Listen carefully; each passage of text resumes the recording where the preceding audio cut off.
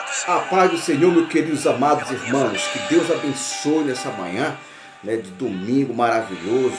Hoje vamos estudar essa lição maravilhosa que fala sobre a família, né? Hoje, lição 4, dia 28 de julho de 2019, e Deus tem uma palavra muito abençoada para você, meu querido amigo, meu querido irmão, você que está nos assistindo, né? Eu não ficaria satisfeito sem participar também, sem dar minha participação, né? E ensinar um pouco, né, daquilo que eu aprendi nesta lição deste domingo. A mordomia da família. O textual diz assim: porém, se vos parece mal aos vossos olhos servir o Senhor, escolhe hoje a quem servais. Porém, eu e minha casa serviremos o Senhor. Que está aqui em Josué capítulo 24, 15. Entendeu? Então, o melhor resultado, a melhor maneira, a melhor alegria do coração de Deus é você servir, você conduzir a sua casa, né, a servir ao Senhor, né? Com certeza Deus se agrada quando tem a família abençoada, onde busca a presença de Deus, onde estuda a palavra de Deus, onde faz culto doméstico com os filhos, a esposa, onde Deus opera maravilha, onde Deus opera, né, com alegria, com saúde, com paz. Isso que eu vivo hoje, com essa alegria tremenda que Deus tem abençoado a minha família, é porque eu sinto o gozo no meu coração. E você também, meu querido amado, que está nos assistindo aí, sente o gozo, a paz e a alegria no seu coração. Essa que é a mordomia da família. Verdade prática diz assim: a família é a primeira instituição criada por Deus, e por isso que a nossa primeira igreja, pela qual devemos amorosamente zelar, né? Então nossa primeira igreja é a família, nossos filhos, nossa casa, nossos irmãos, nossos pais. Quando nós aceitamos Jesus, que nossa família não é crente, a gente vai evangelizar. Eu sei que é difícil, né? Onde uma pessoa como eu, primeiro aceitei Jesus, depois minha família, que eram todos de outra religião, né, foi conduzindo, trazendo para a presença de Deus, todos foram aceitando Jesus e sendo uma nova criatura, né? Então, nossa primeira igreja é a nossa casa, a nossa família, né? Nossa casa, onde nós moramos, residimos, é a primeira igreja onde você vai pregar, onde você vai louvar, onde você vai pregar a palavra de Deus para os seus filhos, para sua esposa, para os seus pais, para os seus irmãos, e adorar o Senhor. Você vai ser uma luz, você vai ser um instrumento, você vai ser um sal ali, que vai salgar ali naquele lugar, fazer coisas bem maravilhosas, uma doçura, né, um local, um ambiente gostoso onde Deus opera no meio da família. Vamos ali no primeiro tópico de hoje, né, nossa lição, a leitura bíblica em classe está em Josué 24 e também Efésios 5. Você leia a sua Bíblia aí, Josué 24, de 14 em diante, do 14 e 15, e Efésios 5, 22, 23, 24, 25 e 28. Amém? E o objetivo geral dessa lição é conscientizar os alunos que a família é a primeira instituição e que, portanto, devemos zelar amorosamente. Então, falando sobre a família, muitas pessoas querem, querem detonar a família, querem bagunçar com a família, querem tirar os valores da família, mas nós que servimos a Deus, cremos que o Deus é o Deus da família, o Deus que abençoa a família, é a primeira instituição que Deus criou. Deus tem um propósito, Deus criou a família, então nós temos que lutar por essa família, sendo uma família abençoada. Glória a Deus. Vamos aí aqui na introdução que diz assim nessa manhã: a presente lição veremos que a família é a base da nossa vivência. Nela nascemos, criamos e dela dependemos por toda a vida. Veremos que todo o processo e o plano de Deus revelado de Gênesis nas Escrituras, a família é tão importante que o apóstolo Paulo classifica que pior que o infiel, quem dela não cuida. Bem, só, meu irmão, sabe, ele diz que o pior, né, de tudo é quem não cuida da família, né? Pior infiel é quem não cuida da família. Então nós devemos ser fiel, ser, sabe, pai, mãe, ter postura e, sabe, lutar pelos nossos filhos, lutar pela nossa família, porque eu sei que tem muitas famílias que estão destruídas, que não querem buscar a presença de Deus, não querem reconhecer o poderio de Deus na sua família e ver os seus filhos sabe, perdidos, não querem lutar para sua família. Nós temos que lutar, nós temos que pregar a palavra de Deus, resgatar a família.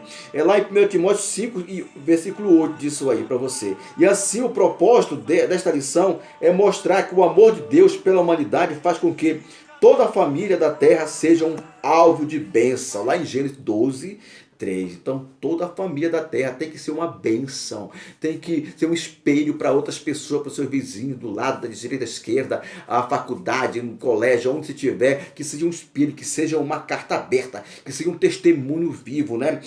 Como diz, assim, o propósito dessa lição é mostrar que o amor de Deus pela humanidade faz com que toda a família da terra seja um alvo de sua bênção, um alvo da sua bênção, onde Deus está com um alvo na tua família, o alvo naquela família onde está buscando a presença de Deus, onde está querendo algo maravilhoso. Então, vamos no primeiro tópico, a família e o plano de Deus. A família no plano de Deus. Subtópico diz assim, o primeiro subtópico, a instituição do casamento. Antes que estabelecer a família, Deus instituiu o casamento. O Senhor Jesus confirmou essa instituição original e legal conforme a lei de Deus. Não tem lido que no princípio o Criador fez macho e fêmea e disse, portanto, deixar o homem, seu pai e sua mãe se unirá à sua mulher e serão uma só carne. Então a palavra de Deus é muito correta. Ele criou macho e fêmea, e não criou outra coisa, né, que hoje o povo estão querendo distorcer as coisas. Ele disse assim, deixar seu pai e sua mãe se unirá ao seu esposo. O homem deixará seu pai e sua mãe e se unirá à sua esposa. Não diz assim, o homem deixará sua mãe e se unir ao seu homem. Não, diz, o homem deixará seu pai e sua mãe e se unirá à sua esposa. A sua esposa deixará seu pai e sua mãe e unirá ao seu esposo. Não diz também a sua esposa, a mulher deixará a seu pai e sua mãe e se unirá à sua mulher. Não,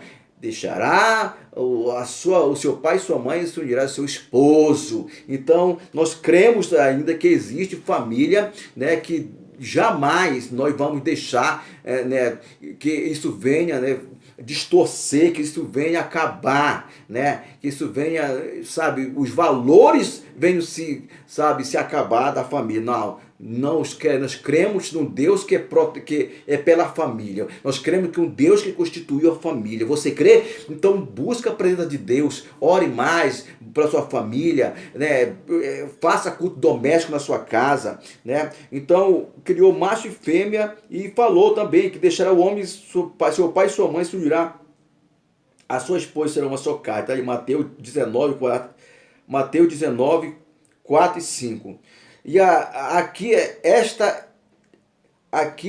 está de maneira clara a origem do casamento como instituição divina estabelecida por Deus.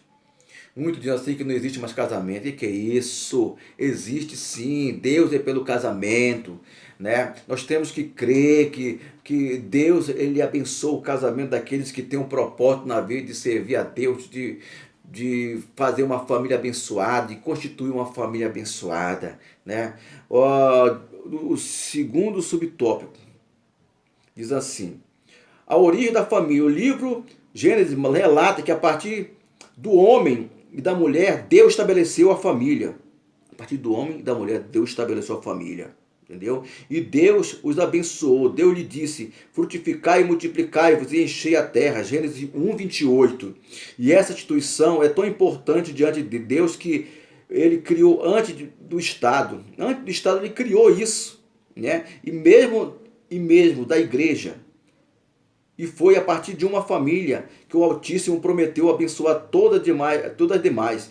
Abençoarei quem te abençoares e amaldiçoarei a quem te amaldiçoares, diz o Senhor, e de ti serão benditas toda a família da terra. Gênesis 12, 3. Lê a palavra de Deus, né? Então nós somos abençoados, né? Deus abençoou a família de Abraão, Deus abençoou a família de Moisés, né? Deus abençoou através desse povo aí que pagou um alto preço, né? Sabemos que passamos por momentos difíceis, como Moisés passou, como Abraão passou, né? Mas Deus tem uma promessa na vida de cada um que preserva, que persevera, que quer ter uma família abençoada. Você quer ter uma família abençoada? Então persevere, meu querido. Persevere na fé, que Deus vai te abençoar em nome de Jesus. Sente-se do tópico 1. Diz assim: Deus estabeleceu o casamento e, consequentemente, a família. Que Deus abençoe. Vamos aqui no segundo tópico, diz assim: a mordomia da família. Os princípios que regem o casamento cristão. Há um manual de união matrimonial. A Bíblia Sagrada, nela encontramos um princípio universais e atemporais para o casamento. O princípio monogamia e o plano original de Deus para o casamento. O princípio monogamia está declarado assim: portanto, deixará o homem o pai e sua mãe, e se unirá a sua mulher, serão ambos uma só carne. Mas, infelizmente, após a queda do homem, desviou-se o plano divino e distorceu as diretrizes básicas de Deus para o matrimônio. Por exemplo, a Bíblia narra a história de Lameque, filho de Matusalém, que deu início na prática de bigamia, em Gênesis 4:19. E assim, com o passar do tempo, a poligamia e também foi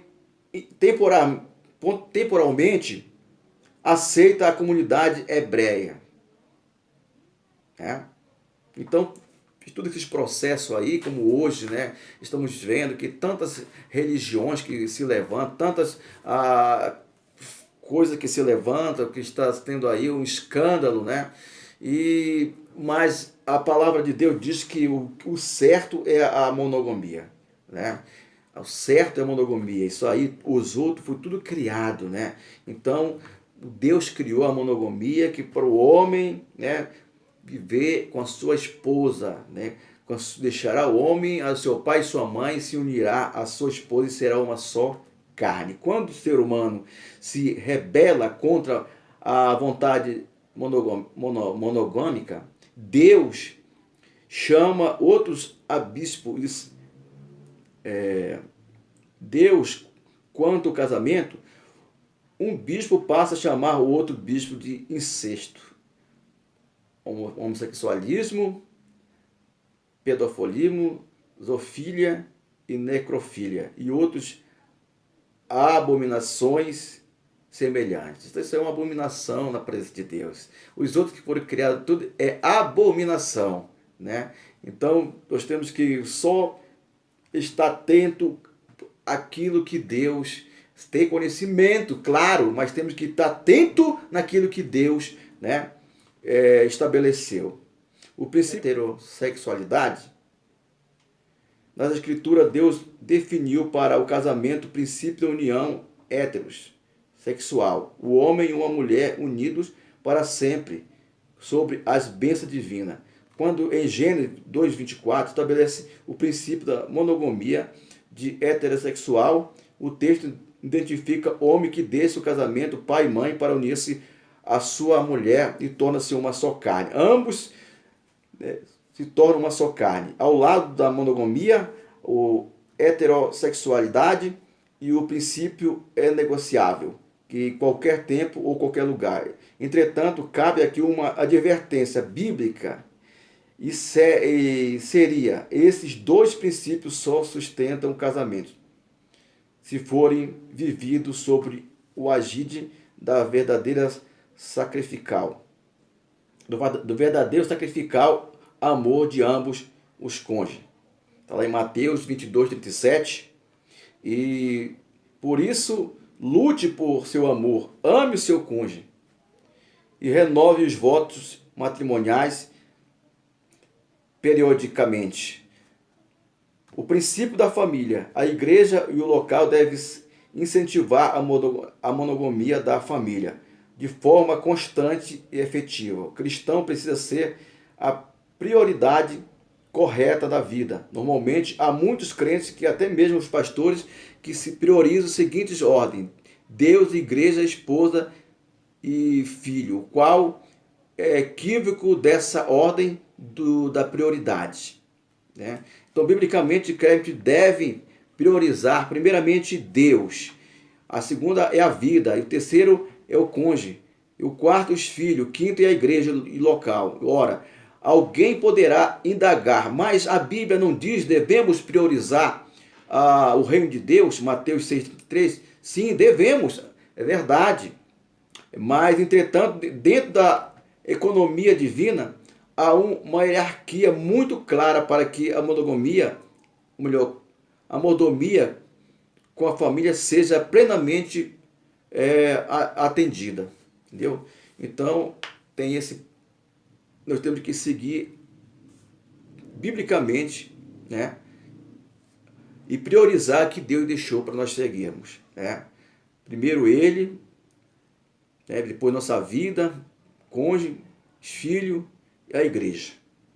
Então, Deus priorizou isso aí. A palavra de Deus diz que se alguém não cuida bem da sua família, como poderá cuidar do rebanho de Deus? Como poderá cuidar da igreja de Deus? Como poderá liderar uma igreja cristã? Timóteo 3, 4, 5. Muito triste quando os obreiros encontram-se empenhados a ganhar outras famílias para Cristo, mas perde a sua própria casa, né? Por falta de atenção e zelo do amor. Lá em 1 Timóteo 5, 8. Tem muitas pessoas que só é crente, né, prioriza os irmãos, mas a família dele está abandonada. É que nem Davi. Davi priorizava o seu reinado, né, dava todos os seus filhos, e seus filhos todos lá perdidos, né? Então nós temos que priorizar a nossa família, queridos. Temos que priorizar a nossa família. Prioriza a tua família, né? Então, o relacionamento entre pais e filhos.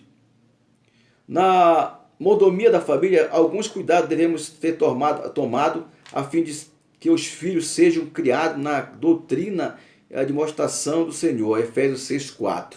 Entendeu? Eles são herança do galardão de Deus, viu?